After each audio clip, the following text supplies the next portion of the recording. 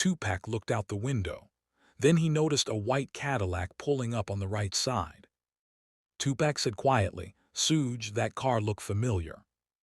Before Suge could respond, the Cadillac's window dropped. Gunfire erupted. Multiple shots were fired into the BMW. September 7, 1996. Las Vegas was loud that night. The Strip glowed with neon lights, and the air carried the sound of money, celebration, and danger. Inside the MGM Grand Garden Arena, thousands of people watched Mike Tyson end his fight with Bruce Seldon in less than 2 minutes. Sitting ringside were two of the most powerful figures in hip-hop, Tupac Shakur and Marion "Suge" Knight. Tupac leaned toward Suge and said, "That's how you end it. No mercy." Suge nodded and replied, "Vegas respects power, Pac." When the fight ended, Tupac and his entourage moved through the hotel lobby. That was when Tupac saw Orlando Anderson, a known South Side Compton Crips member. The sight triggered anger from months earlier, an unresolved chain-snatching incident in New York. Tupac walked straight toward him. Tupac said, "You the one who took my chain." Anderson answered, "I don't know what you talking about." The next moments exploded into violence.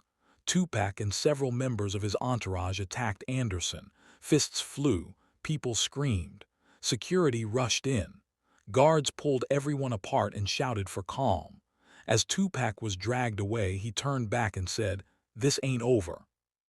The fight ended, but the humiliation did not. Orlando Anderson walked away angry, bruised, and silent. Later that night, he met with his uncle, Dwayne "Kef D. Davis. Anderson spoke with rage, saying, "They jumped me in front of everybody." Kef D looked at him and replied calmly, "Then we handle it tonight." A plan formed quickly. A white Cadillac was prepared. A .40 caliber Glock was placed inside.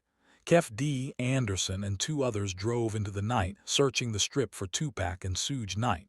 No police, no witnesses, no hesitation.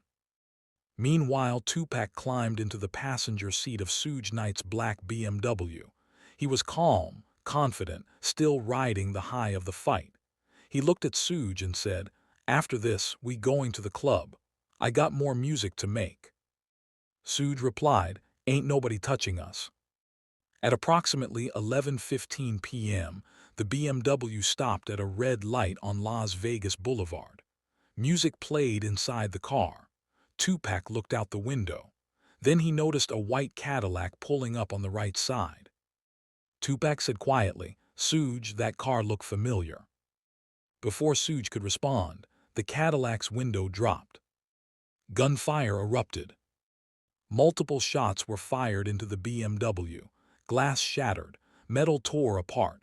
Tupac was struck 4 times. He screamed, "I'm hit." Suge Knight was grazed but remained conscious. He pressed the gas pedal, swerving through traffic as blood covered the passenger seat. Tupac struggled to breathe. He looked at Suge and said weakly, "I can't feel my legs." Suge shouted, "Stay with me, Pac, stay awake." Police and paramedics arrived moments later. Tupac was rushed to the hospital. Doctors fought to save his life. Machines beeped. Nurses ran. One doctor shouted, "We're losing him." Tupac slipped in and out of consciousness. At one point he whispered, "I'm not done yet." For 6 days the world waited. Fans gathered outside the hospital. Rumors spread. On September 13, 1996, Tupac Shakur died from his injuries. The investigation that followed was slow and broken. Witnesses refused to talk. Suspects denied involvement. The case went cold, and Tupac's death became one of the most infamous unsolved murders in American history.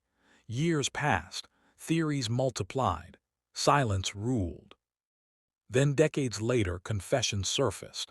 Dwayne "Kef D. Davis spoke publicly, describing the events of that night. In 2023, he was arrested and charged in connection with Tupac's murder. His lawyers claimed his words were lies. The truth remained tangled in time. But Tupac's voice never faded. Even in death, his words continued to echo through music, through culture, through generations. He once said, "They can kill the body, but they can't kill the spirit." And on that night in Las Vegas, the body fell, but the legend was born. Please hit the subscribe button to keep receiving stories like this one. Don't forget to leave a like and share.